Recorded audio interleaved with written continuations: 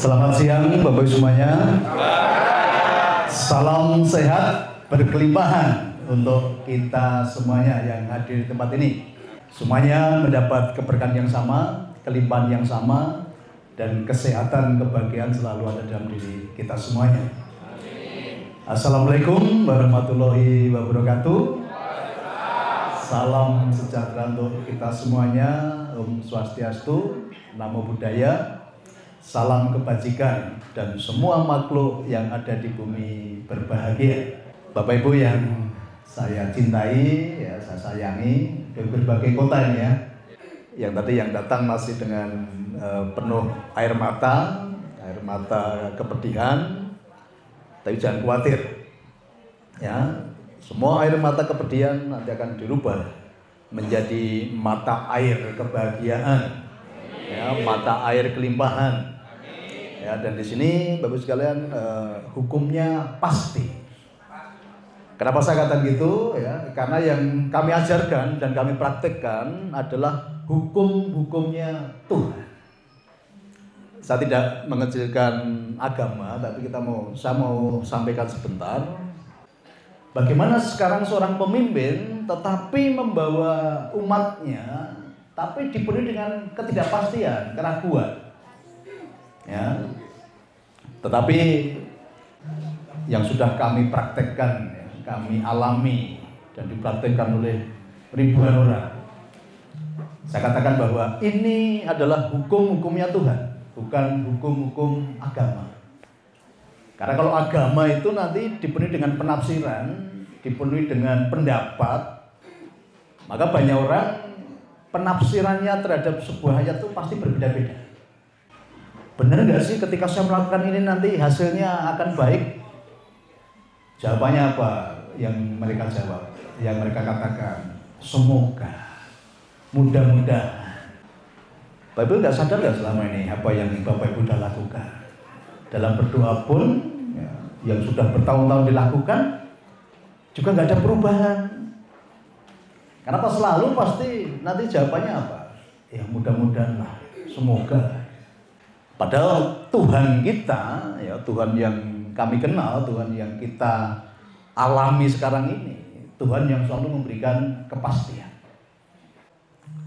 Tetapi kalau hukum-hukum Tuhan itu hukum yang mengarahkan kita, ya, yang tasnya ditaruh di bangku sebesar mungkin, kasih tempat yang lain, tasnya di pangku dulu ya, karena supaya yang lain bisa dapat tempat duduk. Ayo berbagi. Itu siapa tasnya siapa itu? Oh Buhan. Uangnya yang kamar mandi ya.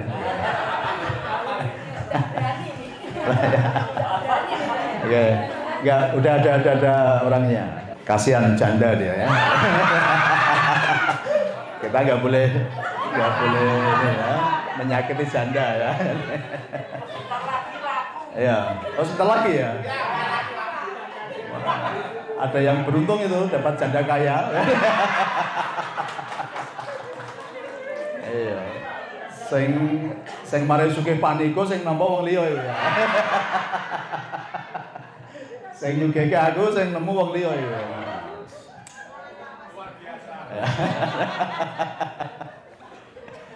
Oke, ya. Maka saya nggak berani promo janda di sini karena jandanya udah kaya semua di sini.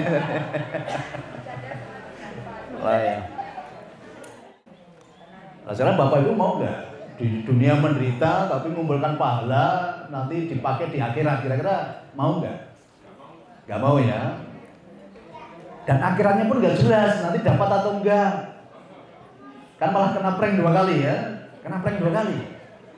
Udah di sini tadi jerih payah mengumpulkan pahala, ternyata di sana pun nggak bisa dipakai, kan itu. Nah sementara kalau hukum-hukum Tuhan itu tidak seperti itu. Untuk mengarahkan hidup kita ini kepada kepastian dan kepada kebaikan-kebaikan. Jadi kalau kamu lakukan ini, nanti pasti hidupmu akan seperti ini gitu loh. Ya, kalau kamu jalankan ini, kamu lakukan ini, nanti kamu hidupmu akan menjadi seperti ini. Ya contoh ya, ini tak kenalkan dulu hukum Tuhan, ini yang banyak orang apal ini ya. Ada namanya hukum tabur tuai. Ya. Jadi konsekuensi dari sebuah taburan tadi, apapun yang Anda tabur, Anda menabur kebaikan, pasti nanti dapatnya kebaikan. Nah, jadi itu pasti. Anda menabur benih, katakanlah menabur jagung, pasti nanti panennya jagung. Jadi selalu bicaranya pasti. Ya itu tidak ada kata semoga. Aku mau nanam jagung, nanti semoga tukulnya jagung, enggak gitu.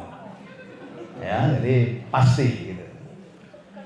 Paham ya bedanya? Itu salah satu hukum tadi ya. Sama-sama menaburnya, sama-sama keluar uangnya. Kalau Tuhan mengatakan tadi pasti. Tetapi kalau di agama semoga ya, mudah-mudahan nanti Tuhan ijabah. Mudah-mudahan Tuhan nanti jawab doanya. Mudah-mudahan Tuhan kabulkan yang menjadi hajatnya, kan itu. Karena kalau saya melihat ini memang ini saya buka dulu ya supaya nanti ada pemahaman nanti ya. Karena agama ini tergantung pemahaman. Nah, ini perlu dipahami juga. Selama ini kan kita ditakut-takuti bahwa agama itu yang menciptakan Tuhan. Padahal selama ini Tuhan itu tidak pernah menciptakan agama. Ini diingat-ingat ya. Tuhan tidak pernah menciptakan agama. Tapi selama ini kita ya, dikasih program bahwa oh ini agamanya Tuhan ini. Ya, Tuhan tidak pernah membuat agama. Karena agama itu selalu adanya adalah setelah para nabi itu sudah tidak ada. Kita mau belajar bersama ya tentang kesadaran bersama, tentang kesadaran. Karena ini penting sekali. Bagaimana kita semua nanti menjadi sang sadar ya. Nanti kalau ini dijalankan ya saya katakan nanti pasti kehidupan Bapak Ibu semua pasti berubah. Pasti menjadi baik. Pasti mengalami kelimpahan. Ya, pasti mengalami kelimpahan. Jadi yang hari ini datang dengan rasa-rasa yang tidak enak tenang saja ya. Itu jalankan itu, praktekkan itu nanti pasti mengalami suatu kehidupan yang sangat baik. Nah, saya akan mengambil dua pelajaran ya, di agama ya. Atau saya mau ngambil dari pelajaran Nabi ya, dari Nabi Muhammad dan Nabi Isa. Itu ada kata-kata yang sama. Kalau di Islam itu dikatakan bahwa aku bersaksi ya. Ya namanya syahadat ya. La ilaha illallah kan itu. Muhammadur Rasulullah. Aku bersaksi tidak ada Tuhan, nah, sebenarnya tidak ada ilah. Nah, ilah itu kalau di Indonesia diganti menjadi Tuhan. Yang betul ilah, i-nya kecil. Ya. Aku bersaksi tidak ada ilah selain Allah. Ya. Nah, di Kristen juga sama. Di Kristen itu ada ayat yang mengatakan kamu akan menjadi saksiku. Ya, kita semua ini adalah menjadi saksi gitu. Jadi tugas kita ini sebagai apa? Sebagai saksi. Nah, tugasnya saksi apa? Tugasnya saksi itu hanya menyaksikan. Ya, menyaksikan. Nah, kemudian disaksikan apa bos sekalian? Kira-kira yang disaksikan apa ini? Ayo bisa jawab gak kira-kira? Oke ya. Nah selama ini kan banyak orang tuh ngomong menjadi saksi tapi nggak jelas saksi apa ini gitu loh. Apa saksi dusta? Apa saksi?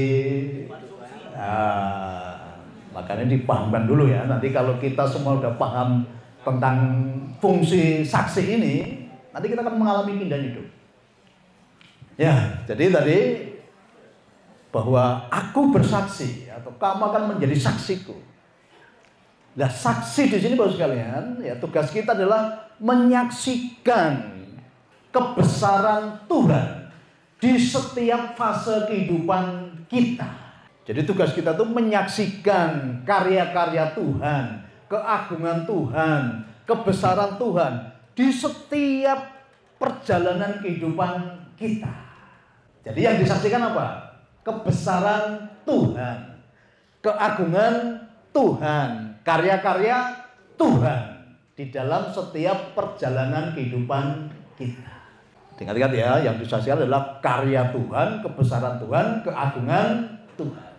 Tetapi seringkali banyak orang ini menjadi saksi, menyaksikan setiap fase dalam kehidupan kita, dalam perjalanan hidup kita, tapi yang disaksikan bukan kebesaran Tuhan, tapi yang disaksikan apa? Anda mengambil sudut pandang bahwa Anda itu sebagai korban. Anda sebagai pihak yang disakiti. Anda sebagai pihak yang dizolimi. Anda sebagai pihak yang teraniaya. Jadi Anda memposisikan diri selalu menjadi korban, gitu.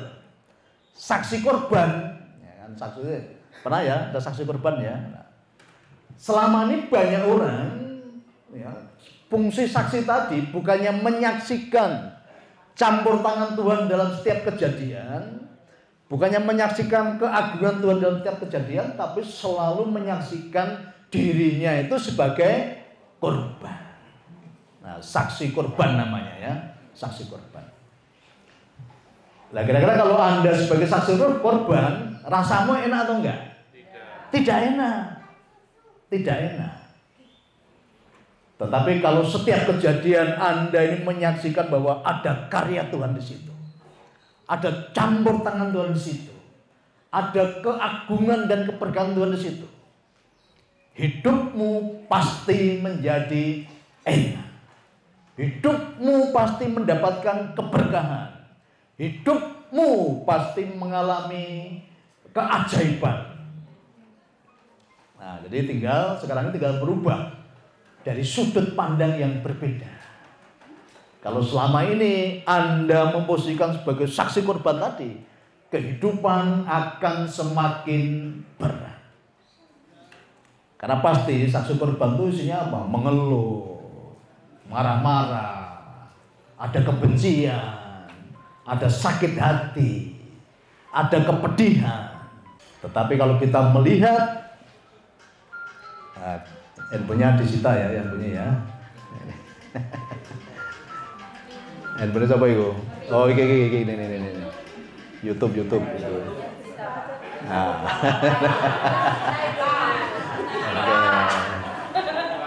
Ya, HP-nya Kang Won itu. Oke ya. Nah, sekarang kita rubah ya. Kita rubah. Bagaimana kita menjadi penyaksi tapi dari sudut kebesaran Tuhan. Bahwa dalam setiap perkara, dalam setiap kejadian hidup kita, dalam setiap hal-hal yang mampir dalam perjalanan hidup kita, di situ pasti ada keagungan Tuhan, ada rencana Tuhan, dan ada campur tangan Tuhan di dalam setiap peristiwa itu. Dan nanti pasti akan terjadi ketika Anda sudah bisa menyaksikan dari sudut pandang Tuhan, pasti akan terjadi sesuai dengan prasangkamu kan, itu Tuhan seperti itu kan. Ya, Tuhan katakan apa? Aku tergantung persangkaan hamba. Sama kalau di kitabnya Nabi Isa dikatakan jadilah sesuai dengan iman. Nah, jadi kalau kita sebagai penyaksi tapi dari sudut pandangnya Tuhan, selalu melihat semua itu baik adanya. Ya, semua itu baik adanya. Dan Tuhan tinggal ACC tadi.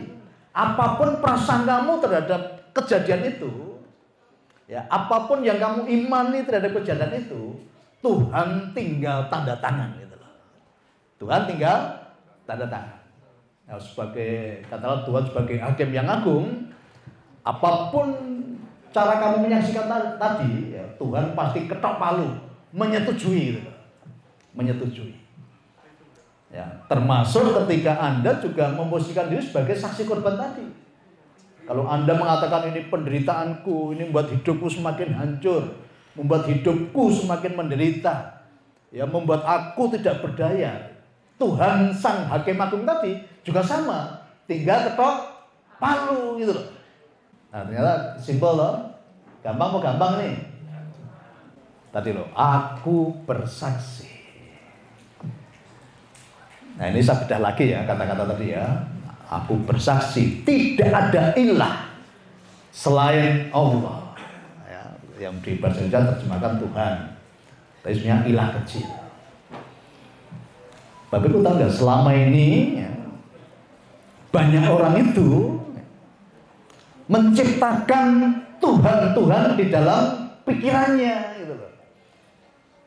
Nah, sadari ya, ternyata banyak manusia yang menciptakan Tuhan-Tuhan dalam pikirannya. Makanya apa? Tuhannya penuh dengan keterbatasan. Tuhannya Tuhan yang lemah. Tuhannya Tuhan yang tidak berdaya. Tuhannya Tuhan yang pemarah. Tuhannya Tuhan yang suka menghukum. Tuhannya Tuhan yang suka murka.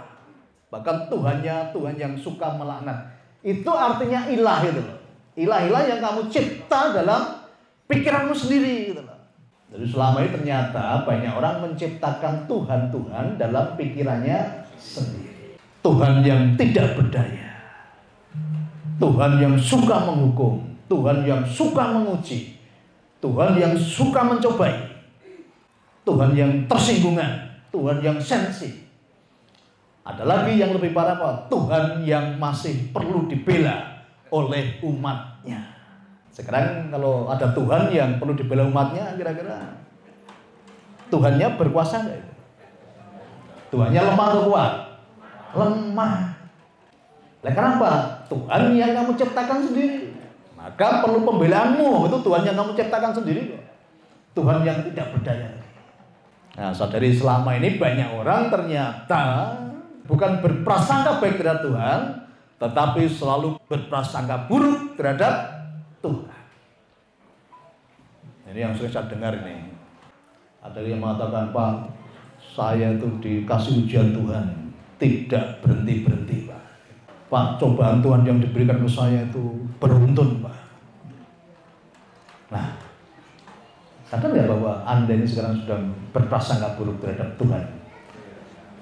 Ya, tapi ya Tuhan yang kamu cipta dalam pikiranmu tadi loh. Ya, bukan Tuhan yang sebenarnya. Bukan Tuhan yang sesungguhnya.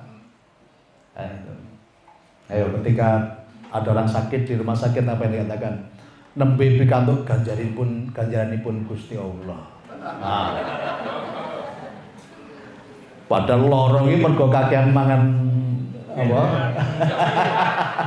Mangan jeruan, pas mangan jeruan meneng wae ya. Ora rumangsa wah pikantuk berkah Gusti saged mangan jeruan ra. Nah, begitu loro lho ngomongnya pikantuk ganjaranipun Gusti Allah. Kurang ajar iki. Loro digawe dhewe begitu nyalahke Gusti Allah. Ini, ayo sadari dulu ya. Nanti yang mau nangis silahkan nangis nanti kalau udah pada sadar. Nah, maka saya ajarkan loh sekalian ya. Jadi saya ini selalu melihat kejadian apapun itu dari sudut pandangnya Tuhan, dari sudut pandangnya kebesaran Tuhan. Ya, dari sudut pandangnya bahwa di situ adalah ada keberkahan Tuhan di dalam kehidupan saya. Saya tidak pernah memposisikan diri sebagai saksi korban. Nah, itulah tugasnya penyaksi, ya, tugasnya penyaksi, mengalami Tuhan di dalam hidupnya, melihat dari kacamatanya Tuhan. Oke, kita praktek dalam kehidupan sehari-hari yang sudah saya alami, ya. Ini diulang lagi ya, supaya nanti ada kesadaran dan pemahaman yang betul-betul clear. Ya. Pulang dari sini nanti semuanya pasti, ya, menjadi baik. Nah, sekarang belajar dulu ya, belajar bagaimana kita menjadi saksi tapi dari sudut kebesaran Tuhan. Ya, Tuhan yang penuh dengan kuasa, bukan Tuhan yang kamu cipta di dalam pikiran. Karena saya mengenali ya, Tuhan saya Tuhan yang dahsyat, Tuhan yang luar biasa, Tuhan yang penuh dengan kuasa, Tuhan yang penuh dengan kasih dan sayang. Maka saya tidak pernah melihat Tuhan yang menakutkan bagi sekalian ya. Saya tidak pernah melihat Tuhan yang menakutkan.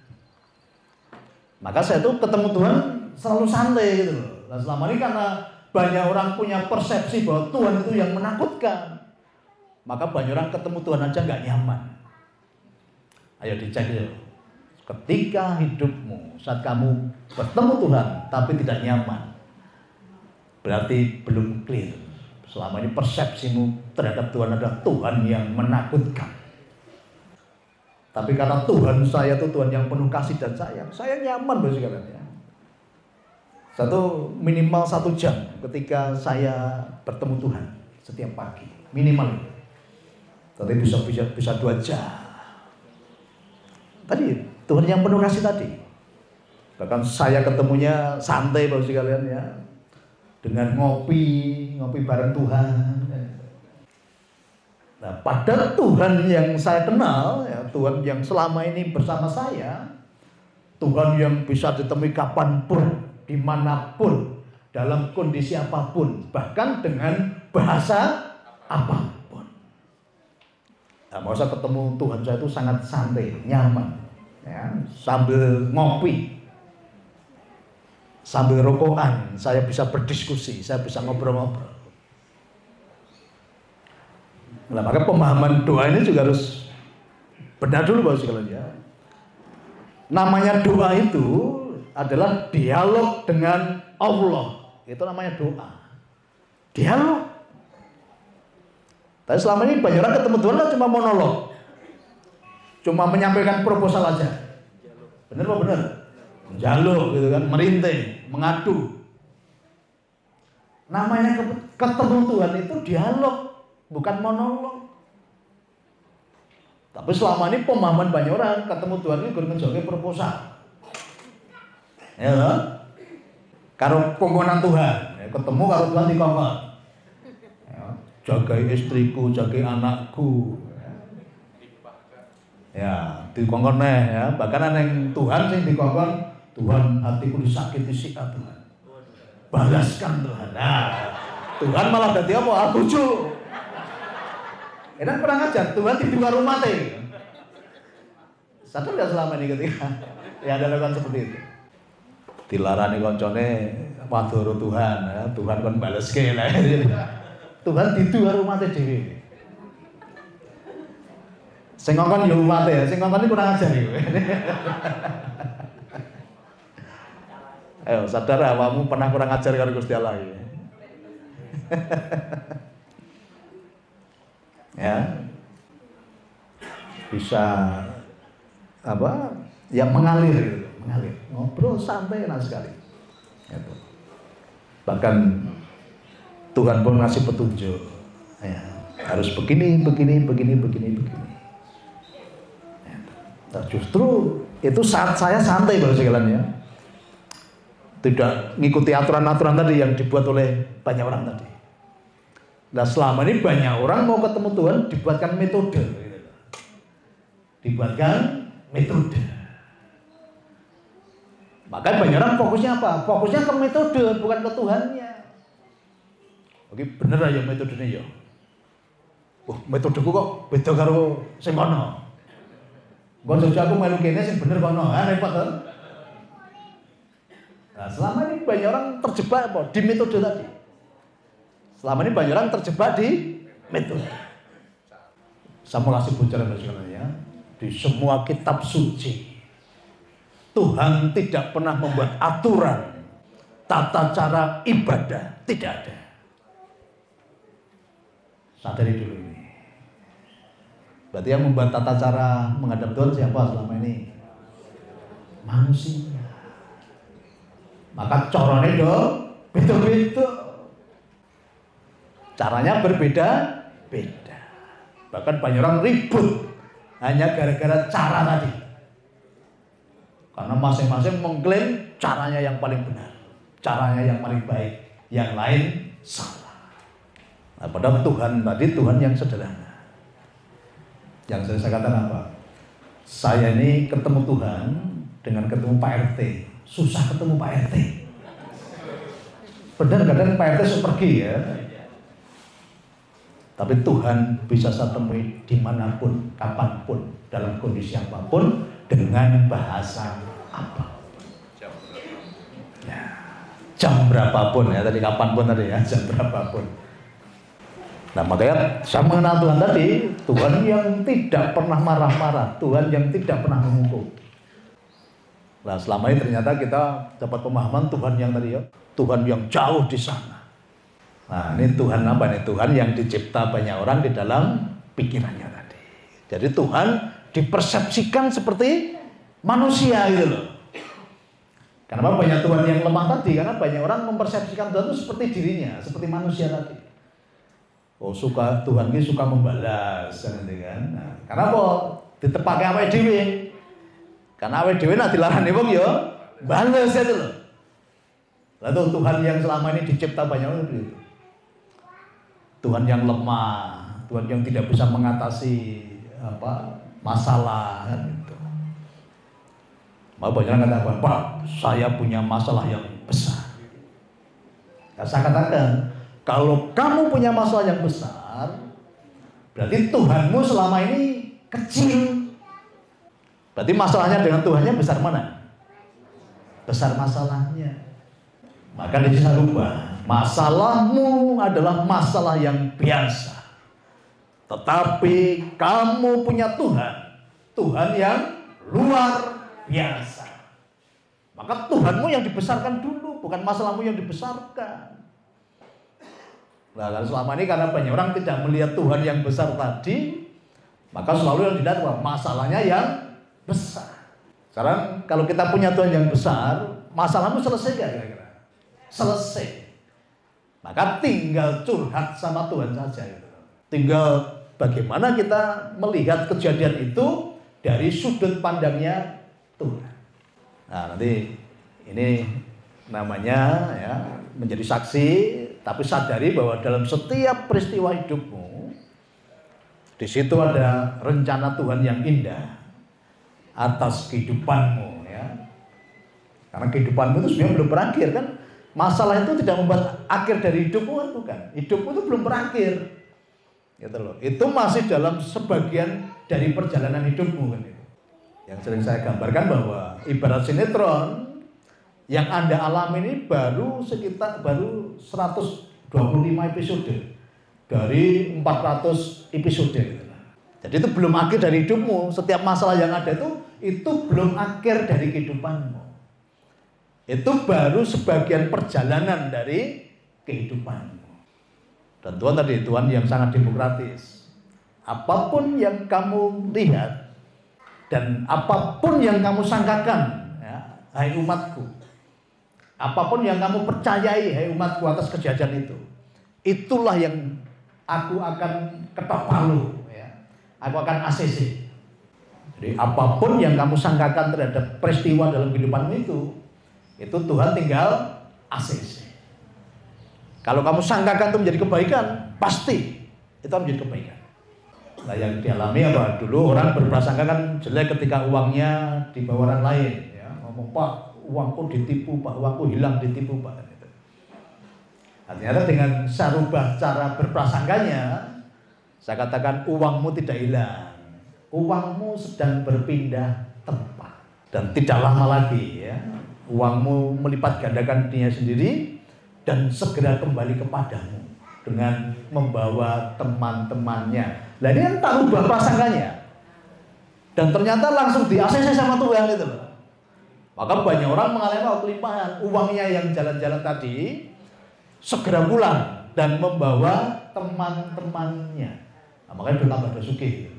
Doa-doa yang kita ajarkan ya, bukan doa yang meminta-minta lagi, tetapi doa penciptaan.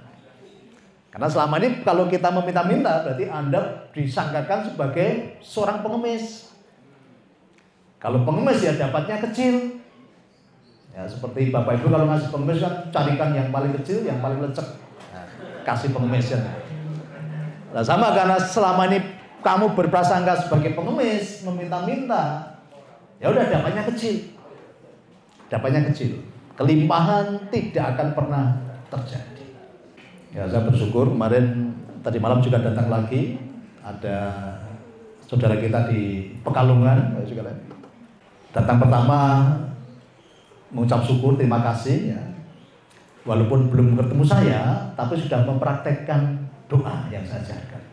Dan ada keajaiban loh sekarang ya. Begitu mempraktekkan doa yang saya ajarkan, dia dapat rezeki yang tidak disangka-sangka. Saya suruh ke Jakarta ngambil uang. Pikiran dia ya, paling sekitar ratusan juta gitu. Tapi apa yang terjadi kalau segalanya? Di Jakarta disiapin ada koper isi uang. Nah, bayangkan kalau koper isi uang berarti kira ini ya, miliaran. Akhirnya dibawa pulang, sampai rumah juga dia dibiarin itu aja kopernya, karena dia pengen memberi kejutan ke istrinya. Kemudian istrinya nanya, sampai rumah baru sekalian ya, istrinya nanya, "Pak, kopernya kok nggak dibuka?" "Oh, mama buka betul." Nah, ketika dibuka istrinya, uang 3 miliar.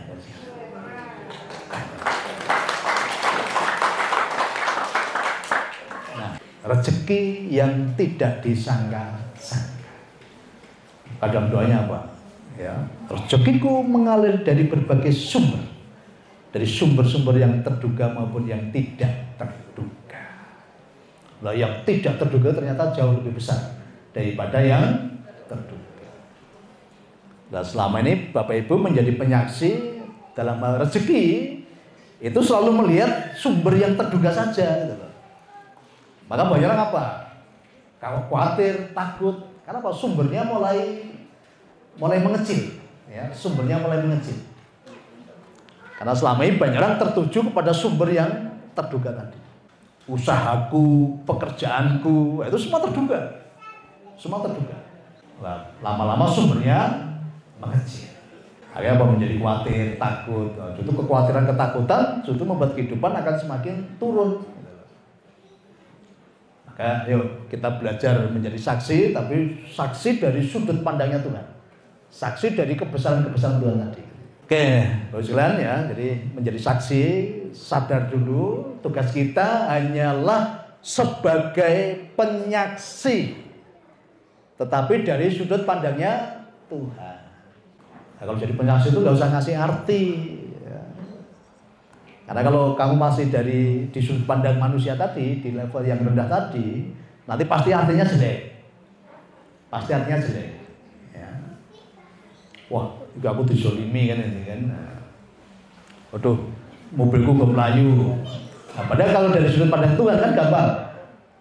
Oh, mobilku bermanfaat untuk orang itu. Dan aku tahu Tuhan sudah siapkan gantinya yang jauh lebih baik dari yang dibawa temanku ini. Akan enak Bos. Ya, apapun yang terjadi, coba merubah cara pandang ya, dari sudut Tuhan. Ketika uangmu dibawa temanmu, rubah sudut pandangnya, jangan sebagai korban. Oh, terima kasih Tuhan, uangku yang ada kan cuma pindah tempat loh. Saat ini sedang melipat gandakan dirinya sendiri dan segera kembali kepadaku dengan membawa teman-teman. Saat hatimu dilukai ya, selama ini ya banyak orang kemarin ada, "Pak, suamiku tuh setiap kata-katanya pedas, sering melukai, sering menyakiti." Lama dilihat dulu dari sudut pandang yang berbeda. Tuhan, terima kasih Tuhan. Dengan luka yang ditorehkan oleh siapapun, entah itu suamimu, entah itu orang lain, luka itu membuat aku semakin kuat. Luka itu membuat aku semakin bertumbuh.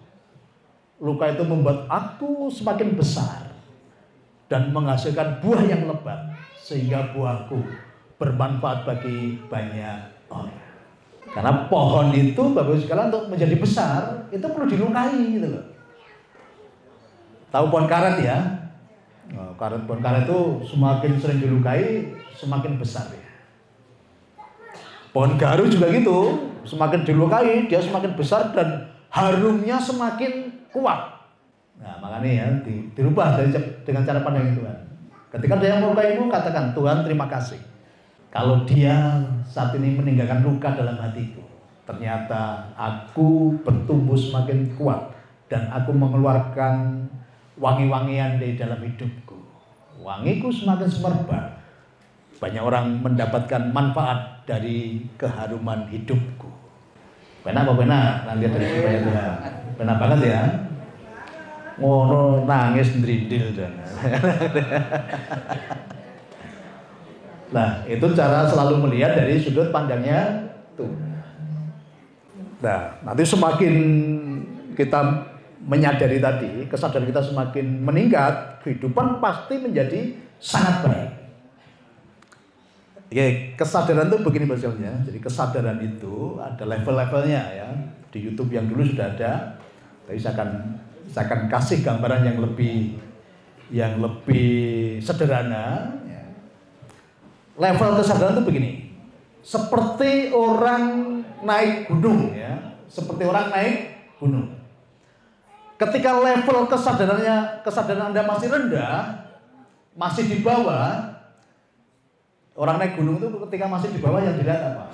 Jurang, tebing, bandutan, eri, ulo, singo, boyo, ya, dan macam-macam. Kenapa? Posisi masih di bawah. Selalu yang dilihat adalah semua yang serba tidak enak. Ya, ke sana lihat tebing, noleh sini jurang. Ada ular, ada bandutan, ada pring apa itu yang rembuyung itu yang itu. Itu ketika level kesadarannya masih di bawah. Jadi melihat semua itu jelek. Melihat semua itu menakutkan. Melihat semua itu bikin khawatir. Melihat semua itu bikin lemas gitu ya. Karena apa? Tebing, jurang, bandutan ya, macam-macam yang tidak enak. Nah sama ya. Kehidupan kita ketika masih di level rendah selalu melihat semuanya itu serba tidak menyenangkan. Tapi sang pendaki gunung tadi, begitu sampai di atas, ya, semakin ke atas, kira-kira semakin indah atau semakin menakutkan? Semakin indah. Ketika sudah di puncak, sudah di level yang tinggi, tidak ada keluhan sama sekali. Yang ada apa? Cuma ucapan syukur atas kebesaran dan keagungan Tuhan. Kenapa? Levelnya sudah di atas. Maka yang diucapkan apa? Hanya mengucap syukur dan penuh dengan keagungan Tuhan tadi. Melihat sejauh mata memandang, baik adanya, indah adanya. Bahkan matahari terbit saja, ketika dia lihat matahari terbit, itu bisa mengucap syukur dan mengatakan sesuatu yang luar biasa. Alhamdulillah, puji Tuhan, sangat indah sekali. Nah, itu udah levelnya di atas. Nah, kalau levelnya masih di bawah, tiap hari matahari terbit itu loh, rati gagas. Malah sumumen itu nih ya, panas benar itu. Padahal sama-sama menyaksikan matahari terbit. Tapi bagi yang levelnya di bawah, isinya keluhan tok. Tapi ketika orang yang udah level di atas tadi, matahari terbit pun bisa membuat apa? Bersyukur. Bahkan menangis melihat keindahan tadi. Ya, selama ini dengan tadi matahari terbit terus mengucapkan syukur kepada Tuhan. Boten Pak. Ayo nanti kita naik ke level kesadaran yang tinggi. Melihat semuanya baik adanya. Melihat semuanya sejauh mata memandang. Semuanya baik adanya. Nah, termasuk apapun yang singgah dalam hidupmu saat ini, ayo belajar melihat dari sudut pandangnya Tuhan, dari kebesaran-kebesaran Tuhan. Nanti Tuhan pasti akan mengubahkan itu semuanya. Ada satu firman yang mengatakan gini, Tuhan ikut campur tangan dalam segala sesuatu. Untuk apa? Untuk mendatangkan kebaikan. Ya, bagi orang-orang yang mengasihinya. Nah, jadi apapun kondisimu saat ini, ya pokoknya sekarang taruh prasangka yang baik. Terima kasih Tuhan. Dalam hal ini pun engkau pasti campur tangan. Artinya masalah itu bukan Tuhan yang mendatangkan gitu loh. Tapi dalam kejadian itu, kalau Anda melibatkan Tuhan untuk campur tangan atas perkara itu, atas masalah itu, pasti nanti kebaikan akan datang. Nah, jadi sekarang diprasangkan aja ya, kondisimu saat ini seperti apa, maka sekarang diprasangkakan Tuhan, terima kasih. Dalam hal ini pun, engkau pasti ikut campur tangan untuk mendatangkan kebaikan di dalam kehidupan. Ya, berani nggak mengatakan seperti itu? Ya, kalau hidupmu mau berubah, katakan itu. Tuhan, terima kasih. Dalam hal ini pun, kalau yang sering saya buat singkat kan, Tuhan, yang ini pun baik buat saya. Dan Tuhan tinggal ngasih saya gedok palu. Perasaan kamu baik, dadi apik. Oh, Tuhan yang demokratis tadi kan. Selama ini kan banyak orang melihat Tuhan yang kaku. Ya, Tuhan yang tidak bisa diajak kompromi gitu loh. Ada kompromi dalam kebaikan, bukan dalam kejahatan ya. Artinya tadi yang kelihatannya tidak baik pun Tuhan sanggup mengubahkan itu menjadi kebaikan di dalam kehidupan kita. Nah, inilah tugasnya sebagai saksi tadi. Aku bersaksi. Tidak ada ilah-ilah kecil. Selama ini ilah-ilah kecil tadi yang kamu buat sendiri dalam hidupmu tadi. Tetapi aku melihat kebesaran-kebesaran Tuhan di dalam kehidupanku. Dan ketika Anda sudah bisa menjadi penyaksi tadi, Anda pun nanti akan dipakai Tuhan menjadi utusannya, gitu loh. Jadi masing-masing kita itu sebenarnya juga utusannya Tuhan. Paham ya? Jadi Tuhan itu selalu mengutus umatnya, nggak hanya zaman Nabi, nggak ada zaman dulu saja. Jadi masing-masing kita nanti setelah menjadi penyaksi yang baik tadi, kesadaran kita sudah tinggi, masing-masing kita pun nanti akan menjadi utusannya Tuhan. Oke, Tuhan pernah sadar nggak bahwa Tuhan pun pernah mengutus Mbak Titin ke tempat Anda? Pernah ya. Nah, jadi Mbak Titin pun sebagai utusannya Tuhan. Berkali-kali ya. Wah, ini utusannya kesergepen ya. Nah, sadari bahwa masing-masing kita ini pernah menjadi atau diutus Tuhan, ya, pernah diutus Tuhan. Saya pun juga pernah diutus Tuhan ke tempat Mbak Titin ya, kan. Itu. Terus Mbak Titin nanti diutus Tuhan lagi ke si A, si B, si C, ke yang lain kan. Nah, masing-masing kita nanti setelah menjadi penyaksi-penyaksi yang benar tadi, kita pun akan dipakai Tuhan sebagai apa? Utusan. Bangga nggak menjadi utusannya Tuhan? Bangga. Mau nggak menjadi utusannya Tuhan? Siapa? Saya sangat senang dan bisa dengan bahagia siap menjadi utusannya Tuhan. Kan luar biasa loh sekalian. Utusannya panik kowe do pena-pena uripe ya. Apalagi kalau utusannya Tuhan, semakin dahsyat. Harus semakin dahsyat kan itu. Nah, jadi itu tugas penyaksi ya. Masuk ke level kesadaran yang lebih tinggi lagi. Nanti sejauh mata memandang, Bapak Ibu akan mengalami, merasakan keindahan dan kebaikan Tuhan di dalam setiap kejadian hidupmu. Rotok plong dong ini datang masih dengan beban tadi. Plong ya, ganjelnya udah hilang ganjelnya ya. Ya.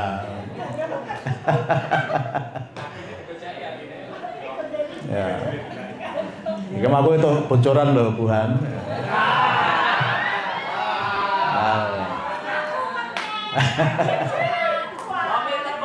Ayo. Sing ngopeni aku, sing nyugeke aku, sing nemu wong liya ya. Tapi saya belajar ikhlas ya. Wes tambah seneng aku ya di pasangan neh. Oh gitu ya. Ya, tunggu undangannya. Nah ini Bapak sekalian, ini bukti saya mendampingi dia sejak masih ada suami, terus ditinggal suaminya, mau dapat suami lagi ya. Nanti semua akan mengalami sama ya, seperti yang sekarang ada beberapa yang baru ditinggalkan suami, ya, tenang saja, ya, karena ada Tuhan yang penuh dengan kasih sayang, yang akan selalu menyertai kehidupan panjenengan semuanya. Ya. Oh, sinau karo Tuhan ya. yang baru ditinggalkan suami tercinta kan. Oke, jadi kita semua belajar menjadi penyaksi ya. Aku bersaksi, ya. Kamu akan menjadi saksiku. Ini sama ini. Dua agama mengajarkan kita, memerintah kita untuk menjadi saksi. Ternyata selama ini Bapak Ibu menjadi saksi apa tadi? Saksi korban. Ya. Mari dirubah sekarang menjadi saksi dari sudut pandangnya Tuhan, dari sudut kebesaran Tuhan. Dan Tuhan sebagai hakim akan ketok palu apapun yang kamu saksikan berdasarkan persepsinya Tuhan. Nah, ternyata Tuhan itu indah ya. Tuhan yang penuh kasih, bukan yang suka marah-marah, bukan yang suka menghukum.